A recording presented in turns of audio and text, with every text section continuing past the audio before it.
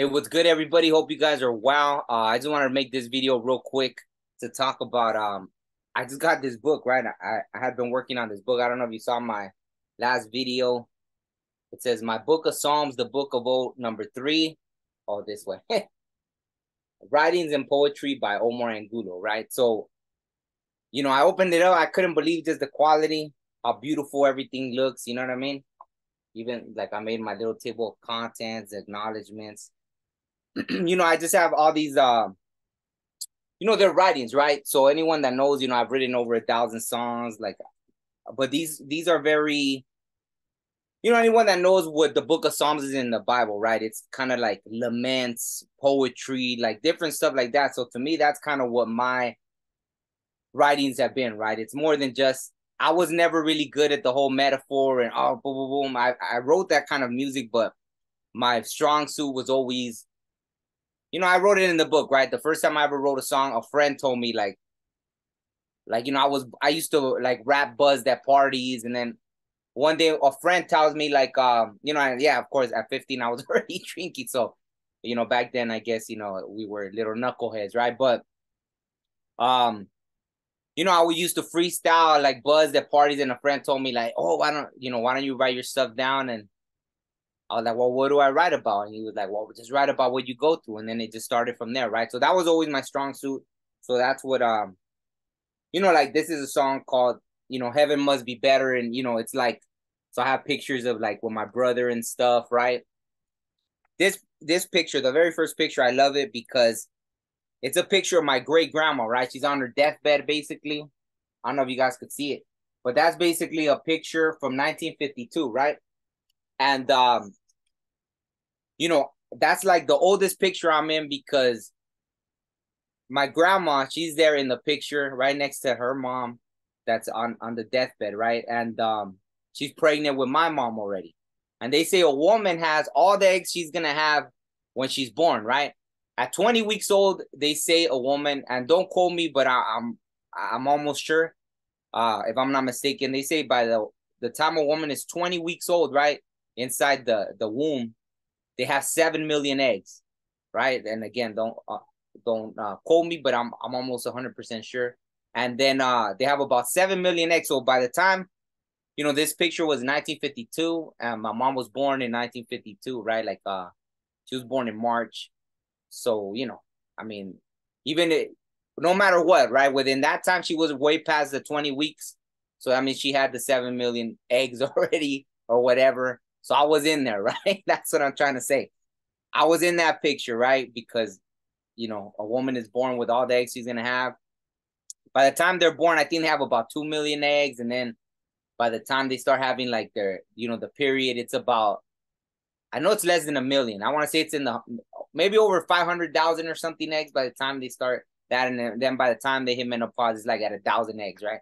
I know you guys probably didn't need to know all that. Maybe most of you already know all that stuff, right? But I'm just saying, like I was in that picture, so that's how the whole book starts. That's the first picture in the book. Obviously, because what do you call it? I was in there, right? I was so I love that picture, though, this picture that I'm technically in, right, with my grandma, great grandma, grandma, and she's pregnant with my mom.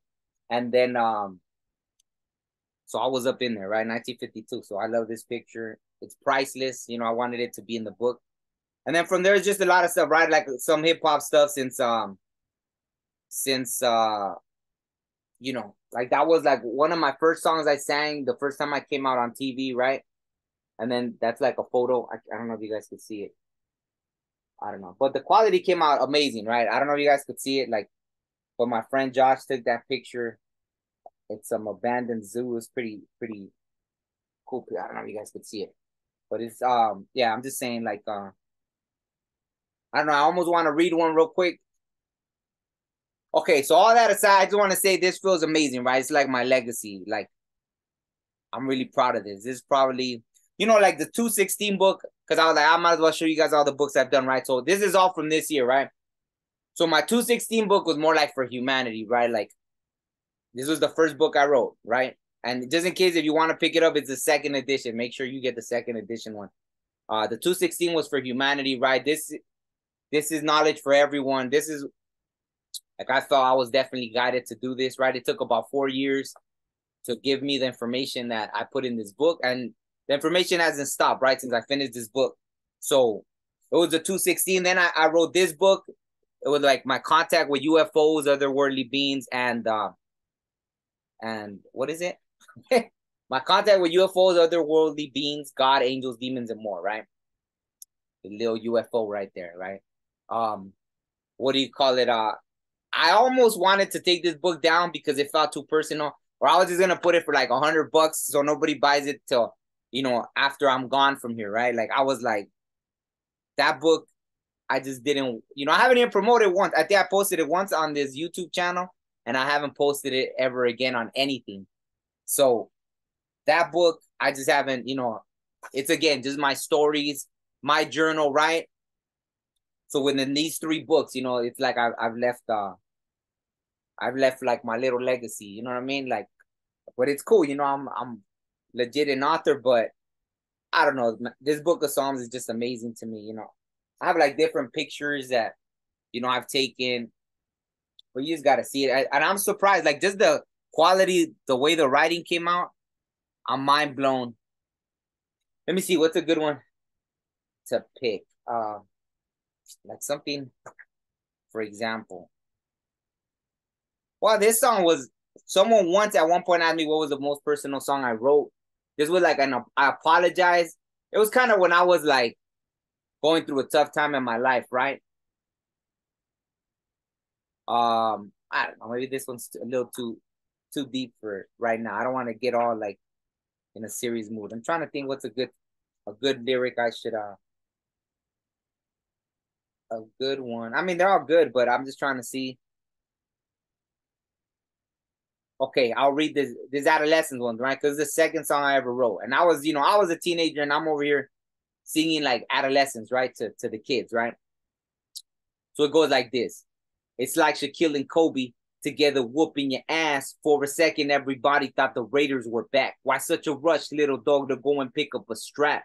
You adolescent and enjoy it, cause that there don't last. The fast cash and tramps, man, I give it right back. Crooked homies, cops be hating, and these scandalous hood rats. Is it that bad? You got a roof over your head. Until my more unfortunate homies stop wishing for death. I know it's rough, this world is tough. They throw you crumbs, not bread. But you can make it, life don't waste it. Take it step by step. And all the young ladies, don't be in a hurry to bloom. Just keep your mind on your money and listen up in that room.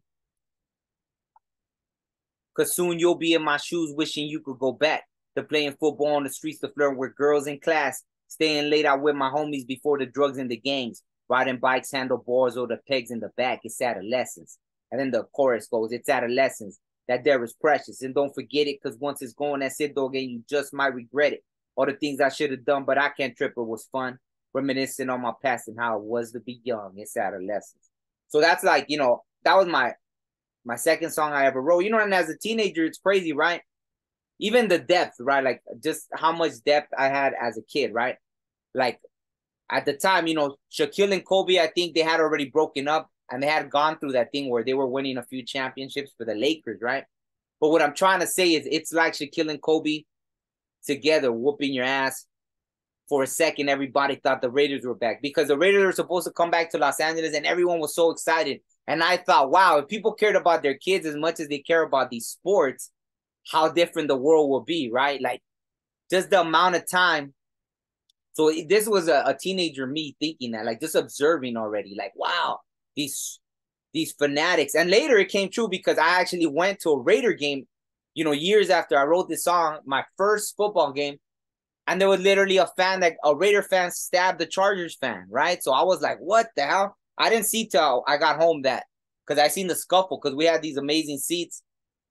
Like a friend invited me, and actually, I give him his acknowledgments, because he's the first one that told me to write down my lyrics, right? So I know I'm all over the place, but I was so excited about this. I can't even tell you.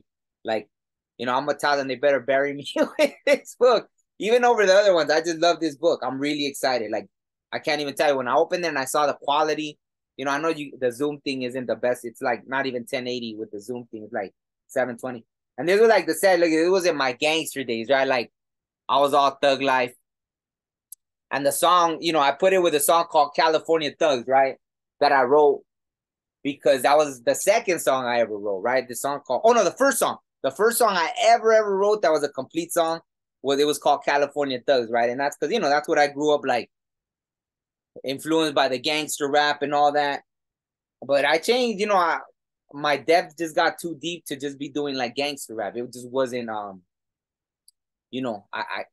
it wouldn't have been able to contain me, right? Gangster rap wouldn't have been able to contain me with the depth. But anyways, back to the adolescent one. I was just already trying to explain, like, without saying it, but already trying really hard to explain. Or mostly I always wanted people to ask me about the lyrics, right? Because I couldn't really put everything that I was trying to explain in these lyrics, right? Like making things rhyme and stuff, just hoping people will catch the message, right? The underlying message in that. And then even that, right? Why such a rush, little dog, to go and pick up a strap? You're adolescent and enjoy it, because that there don't last. So even in my teenage years, already having seen things, seeing friends go to jail early, I seen a lot of stuff. I seen even myself trying to be recruited by like older veterano guys at a young age. And later on being like, thank goodness I had my parents, they were hardworking parents, right? If anything, it was just like that they were so busy, working 2 jobs or this and that they couldn't be there to watch everything I did. So that's what allows for people to be trying to influence you, right? But there was enough foundation, that even that, when people are trying to recruit you, like, hey, as older gangbangers and that, now as an adult, like it's disgusting to me, right? So I'm just gonna put it out there. It's disgusting that older men, really already men, are trying to recruit young kids. And obviously, it's the young kids that they sent to go do this crap. And I know in some places they don't have a choice, right? It's like they take you and they do it. So all this stuff, like, there was just so much depth in a teenager me already just being around it and observing it, right? Like, but like I said, sometimes people didn't have a choice. I'm already saying, like the fast cash and that, because I was already around people hustling and, like I didn't even remember. Like I remember like when I was still a freaking, I think I was like in elementary when I had like my first car. And as a kid, you don't think about it. But like these drug dealers, they had this car and they were like, you want it? I was like, yeah. But as a kid, I didn't take them seriously. But we had, like I owned the car at an elementary from these like freaking drug dealers. And it's like we just tore it into pieces, right? It didn't run. I mean, I'm sure like if I knew about mechanics, I could have probably fixed it and it would have ran. But they literally let me have this damn car and we just tore it to pieces, right? Like as freaking kids, like, oh, getting parts, using like the axle as a sword or different just dumb stuff. Like, but the car was intact when they gave it to me. And then we just chose to like tear it apart because they didn't run, right? Like, what do elementary kids know about mechanics, right? Or even the idea of telling someone, hey, they let me have this car, like, hey, help me fix it or something. So I don't know. It's just crazy. I was around a lot of stuff growing up. So somehow I peaked game. I saw it, and my thing was reporting back to the kids even younger, like younger than me, to like, hey, you don't want to go that route. Because I saw, right? I saw what it did to people, right?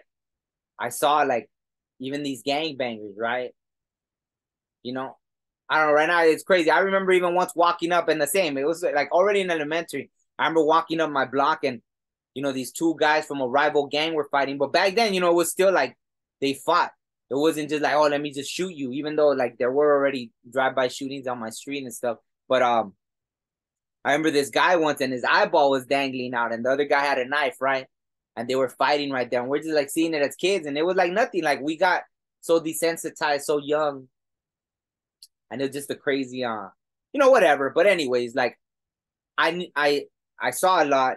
And so I wanted to tell the kids, I wanted to give some kind of game, right? I was already looking out for the kids, right? Because that's just how it was back then, right? But anyways, and then even the young ladies, right? Telling them like don't be such a rush to grow up, right? Like it's a beautiful thing when you can just take in that your adolescent time, right? Your youth, be happy, and all this stuff. So it's just beautiful, right? And then that was the first time I was on a newspaper, like I was a little freaking like mariachi guy, right? So I was like, I don't know, probably 5 years old, and we're doing some kind of, what is it called, like la raspa, right? But I don't know, I forgot what it's called. I don't know, la raspa. Right here they put Mexican folk dance, right? So I don't know if that's, I guess, what it was considered we were doing. But whatever, it's just amazing, right? This is my discography, right? Just so many things that I've done. And yeah, right. So yeah, this book, I'm gonna put the links to it, right? If anybody, like, to me, like I said, it's my learnings from being it has this because this is the, not for resale thing, right? That I ordered to check out how it was.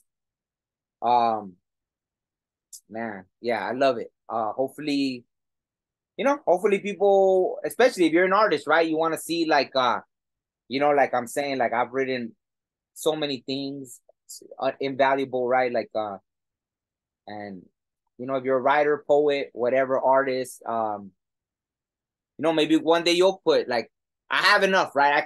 I'm after seeing the quality of this, I already want to make another one, right?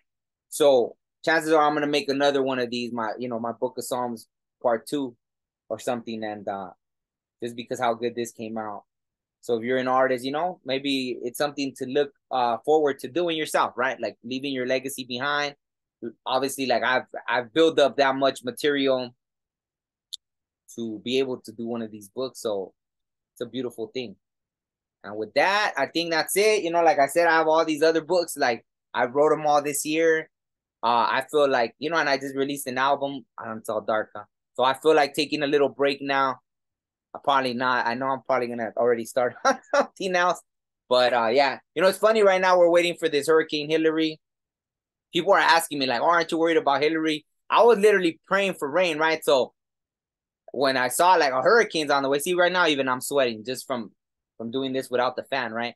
Uh so yeah, I've been praying for rain. So when they said Hillary, I was like, cool. Like, I know it's gonna affect some people, obviously worse than others.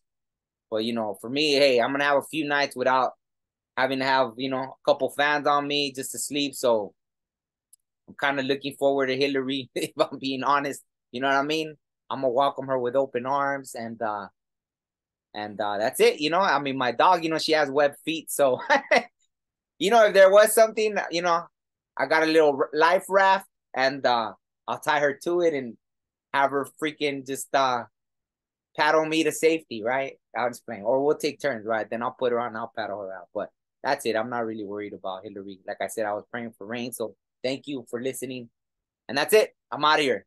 Thanks for listening to my little happy rant, right? Because it's pretty exciting. All right, peace.